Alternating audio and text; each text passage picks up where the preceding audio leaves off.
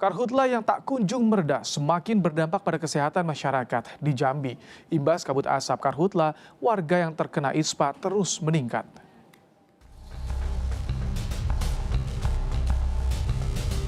Kabut asap imbas karhutla yang terjadi di sejumlah daerah di tanah air masih menghantui warga. Kebakaran hutan dan lahan atau karhutla kembali terjadi di kawasan Jalan Jurusan Pelai Hari, Banjarbaru, Kalimantan Selatan. Kebakaran di lahan kosong ini terjadi di dekat salah satu perusahaan. Petugas langsung bergerak cepat memadamkan api yang berkobar hingga kobaran api tidak meluas ke sisi lainnya. Kesehatan warga semakin terancam ketika mereka terpaksa beraktivitas di tengah selimut kabut asap.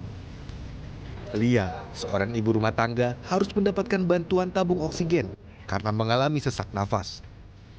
Setiap pagi, Lia harus berjuang bertahan di tengah kabut asap yang mengepung rumahnya. Pas hari Rabu seminggu yang ada kebakaran itu kan. Oh, pas hari Rabu lalu, ya pas ada malamnya tuh asap banget. Nah itu awalnya itu sehari-hari itu kali. Ada cuma kayak ini ada bau-bau lah, kabut asap tuh pagi. Di Jambi, imbas kabut asap, pasien yang mengalami ispa terus meningkat. Dalam sehari, laporan dari sejumlah fasilitas kesehatan menunjukkan penambahan hingga 100 kasus. Namun angka kasus ispa masih fluktuatif dan sempat mengalami penurunan dalam beberapa pekan. Jadi dari awal minggu ke 31, 32 itu ada tren meningkat. Dari 1.600 naik 1.900 naik di atas 2.000. Artinya tingkat polusi udara isi kita yang naik itu berdampak terhadap kualitas kesehatan dari sistem pernapasan. Darurat bencana kabut asap harus segera ditangani. Selain pemadaman titik api, penanganan kesehatan masyarakat juga harus menjadi prioritas agar korban kabut asap imbas karhutla tidak terus bertambah. Tim Liputan, Kompas TV. Setelah untuk mengetahui kondisi terkini penyebaran karhutla di Jambi telah bergabung bersama kami jurnalis Kompas TV Ratna Sari. Selamat malam Ratna, jadi bagaimana hingga saat ini proses pemadaman karhutla di Jambi? Iya, selamat malam Ibrahim dan juga saudara. Dari Jambi, saya mengabarkan soal kebakaran hutan dan lahan yang saat ini masih terjadi di beberapa kabupaten kota di Jambi. Saat ini penanganan kebakaran hutan dan lahan masih dilakukan dengan dua cara. Pertama, pemadaman melalui jalur udara yang dibantu dengan helikopter waterbombing dan juga pemadaman jalur darat dengan satgas di lokasi.